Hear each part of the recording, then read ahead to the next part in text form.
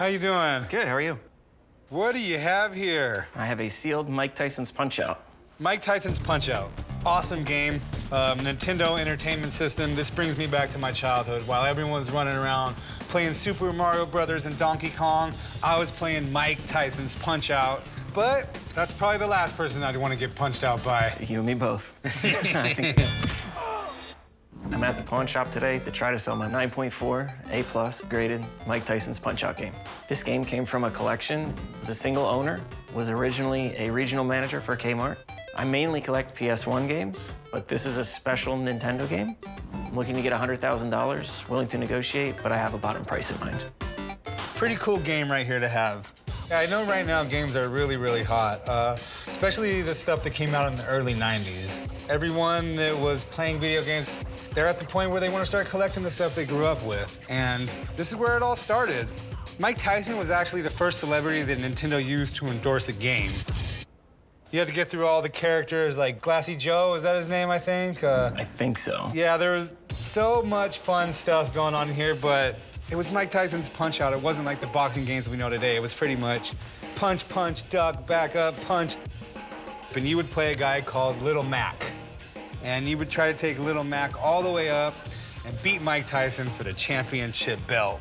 And then you would become the undisputed heavyweight champion of Nintendo. Well, let's take a look at what you got here, because I'm familiar with Mike Tyson's Punch-Out, but I opened my copy, unfortunately. It's never even had the plastic cellophane taken off of it. Is that the original Kmart tag? It is. Wow, that's pretty cool. And I mean, right off the bat, I see it's certified by WADA, which is great. It's marked A+, 9.4, which is an amazing grade. I mean, I don't even remember it looking that good when I bought my copy. So what are you looking to do with it? I'd like to sell it. And how much are you looking to get? I'd like to get $100,000. It's not out of the question. These original Nintendo games go for lots of money.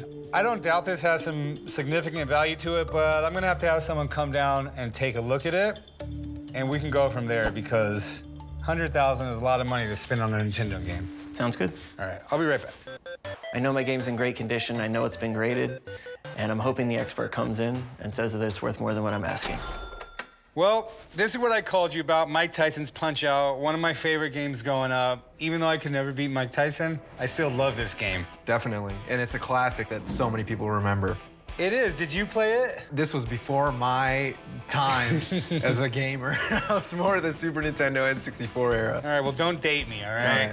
You're not alone. We've seen this massive growth in video games, the spike in the market, and what people are gravitating towards are things that were significant for pop culture, things that were popular that everyone remembers playing. And it's Mike Tyson, one of the greatest boxers ever, definitely one of the most exciting to watch, and not because he boxed for 12 rounds, it's because he was knocking people out in one round. Definitely. I'd love to take a look at it. Is that okay with you? Absolutely. All right, great.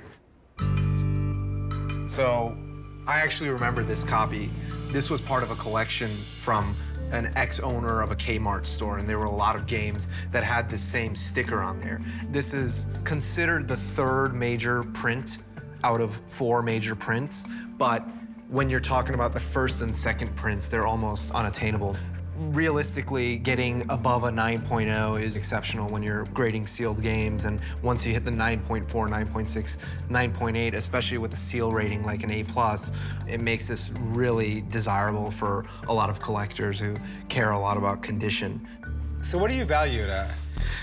You know, it's always tough to value things that there's so few out there right now, but that being said, I know people who would, without thinking, pay $65,000 to $70,000. So I would be very comfortable valuing it in the $70,000 to $80,000 range. Could it be more? Potentially. It really only takes 2 people to determine the value. Well, I know this is the second time you looked at that game, but I'm gonna need it back now. All right. I think it's a little too rich for my blood, but hopefully you guys can figure something out. All right, take care. All right, thanks. Well, you heard what he had to say. I'm gonna offer you $50,000, and that's cash money right here, right now, today. About 90. Oh, man. Would you go 55? No. What's your bottom? My bottom's 70. 70? You want to meet in the middle at 60? I can't, unfortunately. It's so hard to find in this high a grade. If you have trouble selling it for the 70 you're looking for, my offer will stand just so long as the market stays where it is. So keep that in mind if you do decide to sell it for 60, because I'd love to own it. I appreciate that. Thank you. Have a great day. Thank you, too. I was hoping to make a knockout, but unfortunately today I got KO'd. Why are you wearing house slippers again? I'm not wearing house slippers. These are a mix between moccasins and house slippers. Business on the bottom, party on the top. Hey, what do we have here? This is called an M82 unit that is a Nintendo NES demo kiosk. So it was placed in retail stores and you could demo 12 different games on it. So, in simpler terms, you play Nintendo on it. You could play Nintendo on it. Okay. I'm here today to sell my M82 demo unit at Nintendo Entertainment Center. The M82 was distributed to retailers back in the 80s so that people could come in and play 12 different games and try them before they bought them. I am a little bit of a video game nerd. I'm a video game collector. Today I'm looking to get about $4,500 for the Nintendo. It is really interesting. I mean, Nintendo in 1983 came out with the Famicom. It was basically an acronym for the family computer. It was released in Japan. In 1985, they came out with the Nintendo Entertainment System. They did not want to call it a video game. That's right. Because at this point, home video games were basically dead in the United States because everyone got burned out on the Atari 2600. That's right. So Nintendo did something that really wasn't done very often back then. It's not even done today. They told all the retailers in New York, if you can't sell them, we'll buy them all back, which would have probably bankrupted the company. That's why you would have needed something like this, because if you were able to play something like this full of different games, it might convince you to buy a Nintendo right there. This was only at a retail center, only sent to retailers themselves. So to get one of these is pretty darn rare. There's basically 12 Nintendos in this thing. So how did you get this? Somebody who was friends with someone who worked at a retail center bought it and then resold it to me. So it works just like a Nintendo? Just like a standard NES, you can just play 12 games. That's the difference. So you have to blow the cartridge out before you play it? Absolutely. Okay. How much you want for it? I'm looking for $4,500 for it. It's super cool, I'll give you that. Anything early Nintendo and certain rare Nintendo things are going for insane money. I'm talking like hundreds of thousands of dollars. Yeah. But I don't know if this is worth money. I just don't. Yeah. I actually have a guy that is in the video game business, like he deals in all this vintage stuff. Sure. If I can call him up and have him take a look at it, we can go from there. Yeah, absolutely. All right, I'm gonna go give him a call, hang out, and don't break it, chum. I'm gonna go find a TV, we'll test this thing out. Yeah, absolutely. So it's a M82 NES. You don't see these every day. I love this kind of stuff. As a preservationist or someone who loves the history of this is really something cool. Back in the day, stores that were selling Nintendo games would have to look through these things called merchandise manuals. And they would pick different items that they would want to put in their stores to help sell their games, essentially. Something like this costs a store owner a lot of money. And what I love about this one is that it's not something you just look at. This functions. Okay, cool. Let's test it out. Is it all plugged in, chum? Yeah, it's plugged in. You probably don't know how to do it, but you have to turn the power on. What game is this? So this is actually really cool too. This is kind of something different. This is called a Homebrew. People who loved NES games and also knew how to program stuff, they started programming their own NES games. It's something someone crafted in their own garage or their basement. They weren't licensed by Nintendo or any official company. It's just a passion project. Someone just made this? Yeah, this guy, Kevin Hanley, programmed this game as well as several other fantastic games. I think this one's called Nescape. And you gotta kind of go through the different rooms, gotta just kind of figure your way out. This is cool.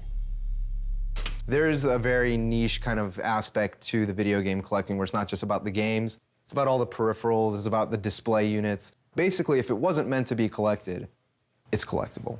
Okay, so what's it worth?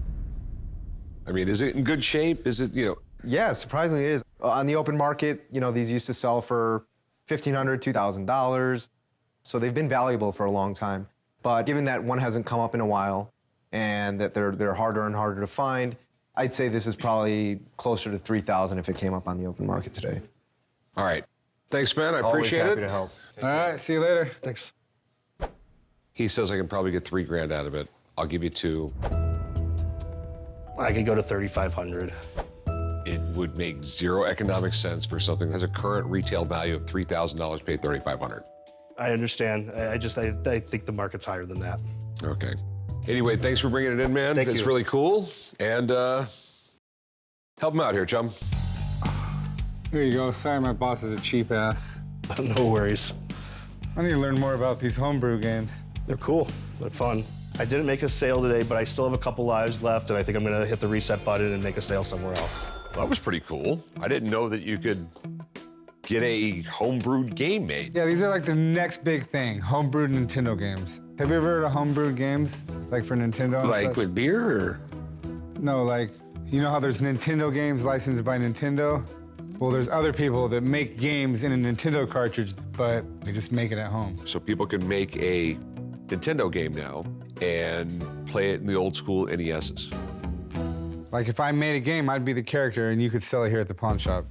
You're gonna make a video game about yourself? Sounds like a good idea to me. A video game character that does nothing would not be a good character. I actually know Kung Fu. Okay, you don't know Kung Fu. Are you gonna make a video game about napping? No, maybe about, you know, getting rid of my boss or something like that, taking over his empire. No one would ever buy that. I'd be like a Kung Fu master and I'd come in and I'd take over the pawn shop. First level, I'd whoop Corey. Kata. Second level, I'd run right through you, and then you will no longer be a part of my dynasty. That sounds like you have some issues. Corey, are you listening to this? Nope. Tuned out a minute ago. No one's gonna want a Chumlee video game. Why not? I'm badass. There's pointless conversations that I've heard, but this is probably the most pointless. You know what? The more I think about a homebrewed game, the better idea I think it is. I'm gonna go draw up a story plan. So this is called a what? This is a homebrew game. And you brewed it? I had it made, yeah. What's the thing it's doing to stomach? It's trying to like attack me with a stomach. You know that movie you used to do when you were fat.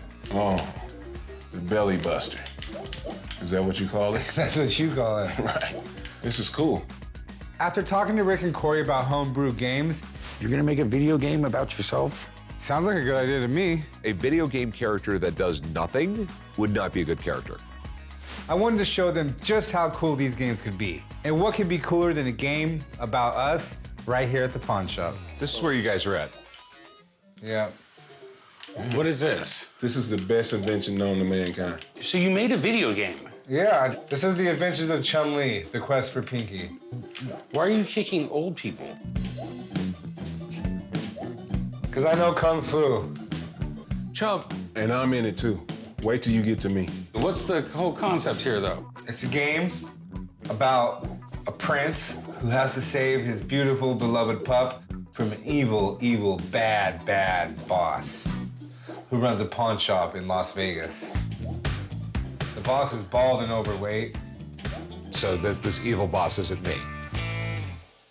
It does have a resemblance to you, but, you know, we don't want to pay licensing agreements, so it's not you. Is that supposed to be you? Obviously, doesn't it look like me? And you're beating up customers in the pawn shop? These aren't customers, these are your goons. Look, there I am. There's your number one goon right there. You see that? You see that thrust I'm doing? It's called the belly buster. Corey, could you please just get them back to work? I want to see what I look like in the game. All right. You look like a badass. Pops, go to work. You know what? Just go to work, Hey, Dad. Take Just go your to work. 5 minutes and get over this, all right? This is epic. Let me see what my dad looks like. I gave him a black goatee instead of a gray one, so he actually looks younger. So what do we got here? I have a Nintendo game television. So it's a television with a Nintendo inside of it. Yeah, it's actually on the bottom. I don't know why, but it's just something about this thing that makes me want to pull the cartridge out and blow the dust out of it. I'm at the pawn shop today to sell my Nintendo game television. When I got this as a kid, I thought this was the coolest thing that I ever could have gotten as a gift. When you see something like that, you're like, wow, I can't believe I just got this. And then you spend like 10 years of your life just playing the thing. I know that they're pretty rare, so I'm hoping to get $1,200 for my Nintendo game television. This is cool. You do have the OG video game system here with the Duck Hunt and Super Mario Brothers. The game that your original Nintendo came with the Duck Hunt pistol and the controller. Yeah. It's Nintendo and it's Sharp. I mean, they're both pretty huge companies in Japan. You know, Sharp, they're basically the GE of Japan. I mean, they make everything from light bulbs to televisions to washers and dryers. And Nintendo, it was the first video game system that every single kid you knew had. Mario's probably as popular as Coca-Cola. Everybody had a Nintendo and everybody had a TV. Let's put them both together and kind of sell it for a little bit lower of a price. But I think both companies kind of realized they made more money selling them apart than they actually did together. So 1990, they discontinued them. When you see the legs on it like this was definitely mounted on a shelf at an electronics store, and it was used as a demo model. Does it work? Yeah, go for it. You can turn it on, check it out. Oh, there we go. There you go. That's pretty cool. Clearly it works. So, what are you looking to get out of it? I was hoping to get $1,200. Okay, I wish you would have just brought me in an original Nintendo with this game and this setup right here, because that would probably be worth $2,000, $3,000 today right now. Wow. But you brought me an old TV, and you don't really have a Nintendo, even though you have a Nintendo. It's not the square box Nintendo everybody had when they were a kid that wants to collect them. But it is cool, and there is a market out there for these right now. I'll tell you what, I'd give you $500 for it. Can you do 8? No, but I could do 650. 650? All right, I think we could do 650. Okay, do me a favor. There's a guy over there that will write you up, and I'm gonna sit here and play Duck Hunt by myself. All right, have fun, and thank you very much. I think I did all right. I think my negotiating skills are pretty sharp. I walked out with 650 bucks. Hey, Chum. What's up? Check this out, man. Hey, it's Mario. What is this thing, man? This is a vintage Super Mario statue. Mario is like the dopest ever, dude. So where'd you get it? I got it from a buddy who owned a video arcade. I beat him playing Mario Karts. Just one game of Mario Karts, huh? Mm-hmm. Sounds like he won to me. I decided to come to the pawn shop today to try to sell my Super Mario statue. I'm gonna start with 1,000, but I'll be happy with 150 bucks. The funny thing about Mario is he actually was in Donkey Kong first. That was his first appearance. And then he did Donkey Kong Jr. And then he spun off like his own series, which turned into be the face of Nintendo. Mario is awesome. He's been in over 200 different games. And the Super Mario franchise is the most successful one in video game history. Nerds like Antoine right here love this thing. Nintendo was my thing, trust me. And I always wanted to play with the Mario character. Luigi, he just went all there for me. Well, he's the Michael Jordan of video games. He definitely could jump like Jordan. Anyone building a home theater or a game room would go crazy for something like this. So if the price is right, I'm all over it. Well, how much are you looking to get? Well, the guy I won it from said it's worth about 1,000. I'm gonna say that's a little too high. Give me a number I can work with, man. I'm trying to make a profit here. 750? It's way too much, bro. There's a lot of scratches and dings in it too, Chum. You know, you're gonna have to take this up with the old man if you pay too much for it. 550, and that's the most I'm gonna pay. Sold. All right. I'll meet you at the corner. Wee, Mario. I settled with 550, but I'm feeling great about it. I'm gonna take my lady out to dinner and have a good night. How you doing? How's it going? Pretty good. What can I help you with? I brought in something for you to look at today. An old Nintendo robot. Oh, good old Rob. The world's first video robot. I'm at the pawn shop today to try to sell my 1980s Nintendo robot. I don't know a whole lot about this robot. I do know it has its original box. In my opinion, it looks like it's in pretty decent condition for being as old as it is. I'm asking $800 for this robot because it does have the original box and it's hard to find. If I make the sale today, I plan to take this money and probably just invest it in some other kind of antique that I collect. Wow. This would have been announced in 1985, just a couple years after Atari was credited for crashing the video game market.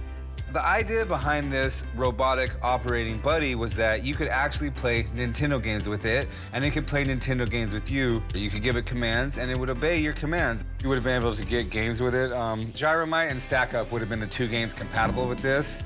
It didn't really take off like they wanted it to. It was a good idea. It did aid in the sales of Nintendos, but over the long run, people just preferred to play the regular Nintendo and the staple games that were released for it.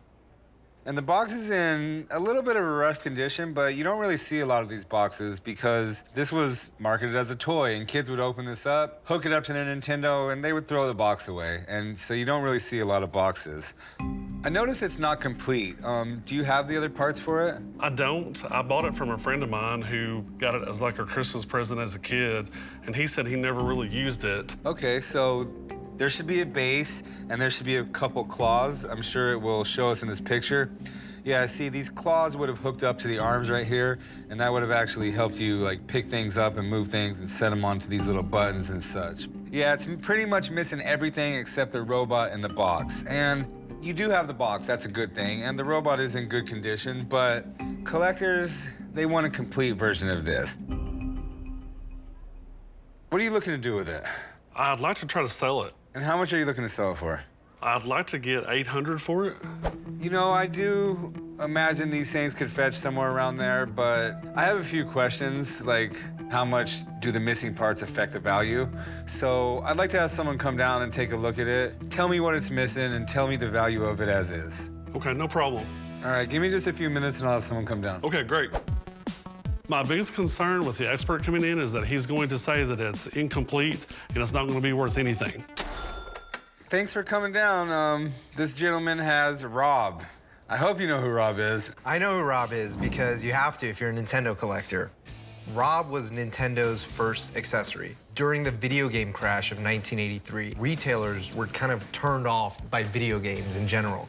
Their shelves were filled with unsold Atari stock. So Nintendo, they marketed it as a toy system, and they created this robot called Rob. And Rob would interact with the console. So it was an accessory, but it was also someone, like your little buddy you could sort of play along with. But what ended up happening was the popularity of Super Mario Brothers and some of the other titles sort of dwarfed Rob, and then Rob was pretty much forgotten about.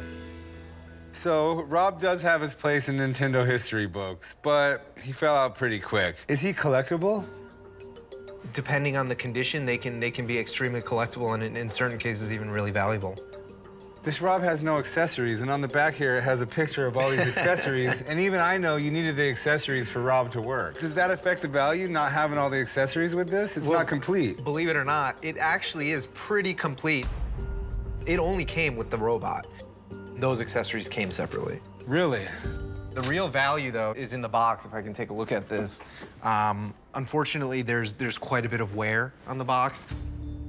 You've got tape that goes all the way around that if you took off would absolutely destroy the box pretty much. And then you've just got pretty hard creases, some tears. It's a worn box. It's still got a nice square shape to it, but it's definitely seen better days.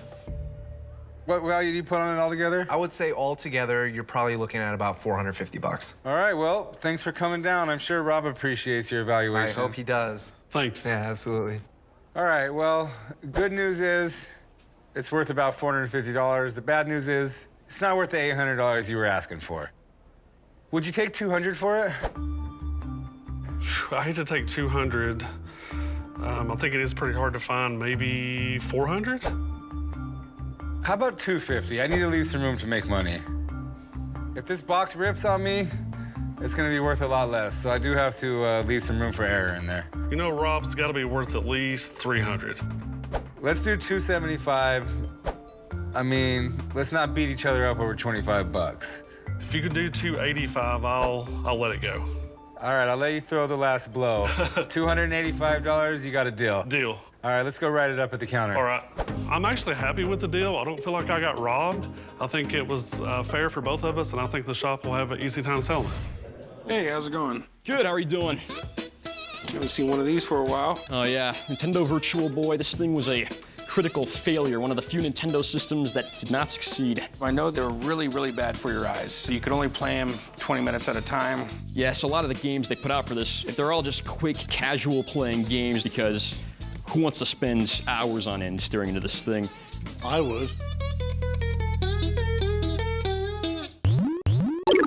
I decided to come to the pawn shop today to sell my Nintendo Virtual Boy. I got this thing for Christmas of '95, and it's kind of an oddity. It's not something you see every day.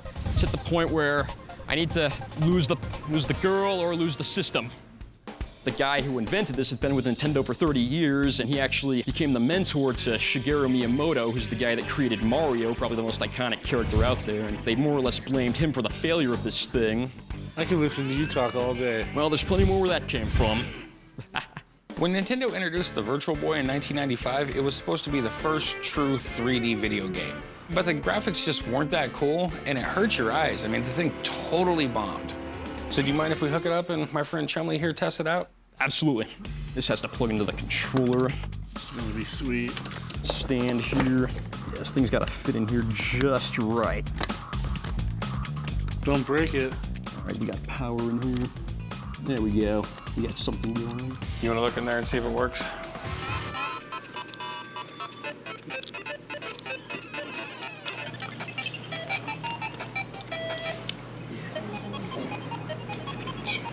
Chum, I just want you to test it, bro, that's all.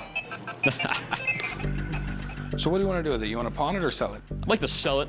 What are you looking to get for it? I would like to get 200. Yeah, we're a little far apart there. You only got one game, and they found 500 of these brand new sealed in a shipping container not that long ago, and it kind of polluted the market a little bit. So 200 bucks is just way too much for me. If you want to do about 80, I can do that. Could you maybe meet me in the middle? It's 110. Nah, 80 is gonna be what I can do.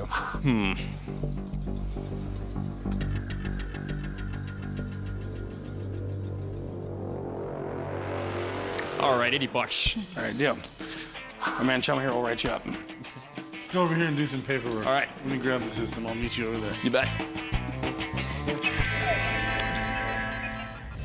Hi, I'm here today to sell my Nintendo Game & Watch games. Sweet.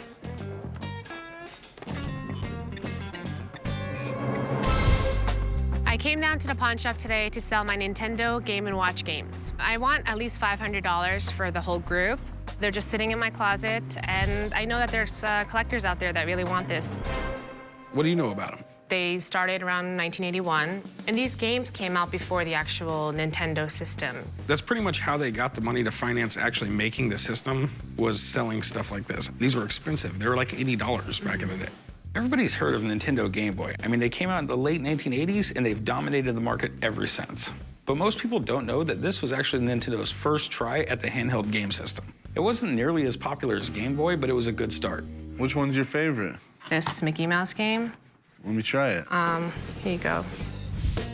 They all work, and this one here is in the box and has all the instructions in there.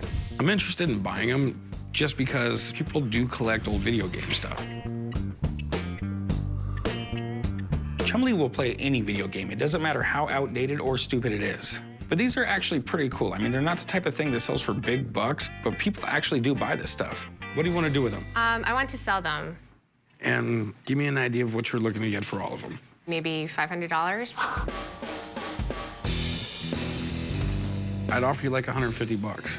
For everything? For everything. They weren't around long enough for people to really collect them. So, believe it or not, it's a hard sell. Could you do 400?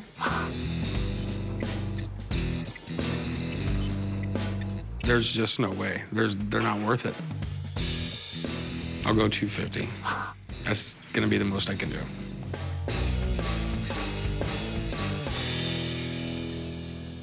All right.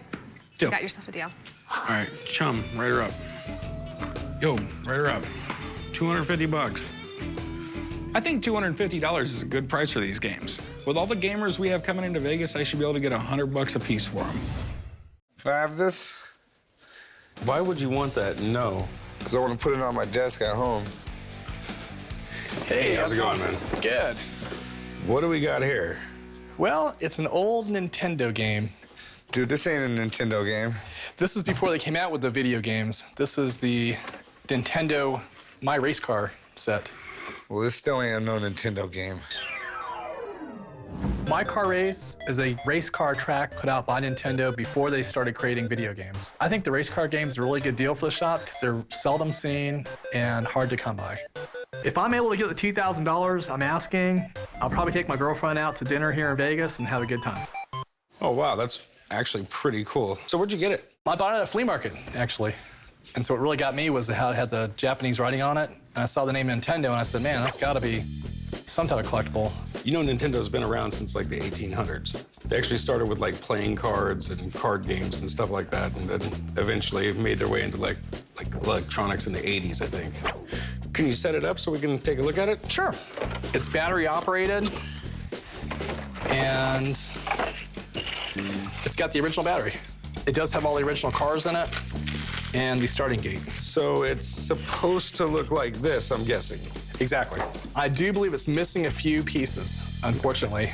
It's supposed to have some screws to hold the track together, which are missing, and there's a rubber conveyor belt that is used to lift the cars back to the top of the track once they go around once.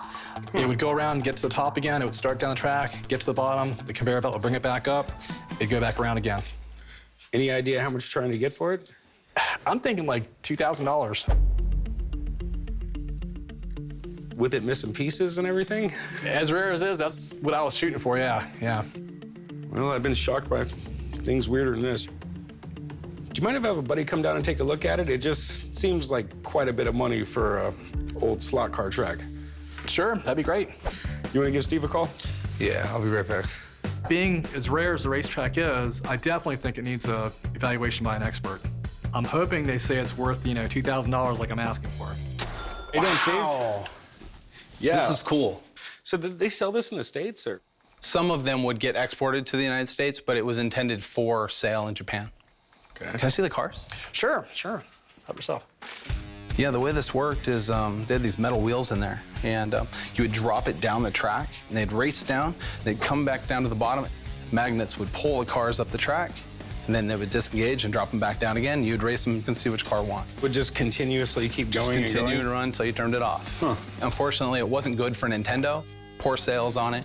For us, that was great, and it's because it steered us into the Nintendo game cartridges that we all remember coming out in the 80s. So, I mean, are they worth any money? Do you know, or? I mean, they have some pretty good value to it. I mean, I've seen these in the upwards of $1,500 to $2,000. Oh, wow. Yeah. Is it complete? It is missing a few things. I think it's missing one of the pylons. And what about the track? It is missing the rubber conveyor lifting out there. So what do you think it might be worth? In this condition, you're looking at maybe $300. Oh, wow. All right. Well, man, I really appreciate you coming down. Thanks, guys. All right. The problem with the shop buying it is the most important parts, which is the conveyor belts, are very hard to replace. Unfortunately, because of time, they deteriorate. We do see them from time to time where they'll be missing one or two. This one's actually missing all of them. So you heard what my guy had to say. Are you still looking to get that much out of it, or? It's in really good condition. I mean, I know it's missing the belts and some parts. I mean, at least $1,500. No way. You got to realize I'm never going to be able to sell this as a working model. I'd give you like $100 for it. Yeah, I can't do that. I mean, I'm thinking like $1,000. Let me just tell you, man, I'm not even gonna go close to $1,000. Okay. The most I'd pay was $120. 120. As rare as it is, I think I just need to hold out for a little more than that.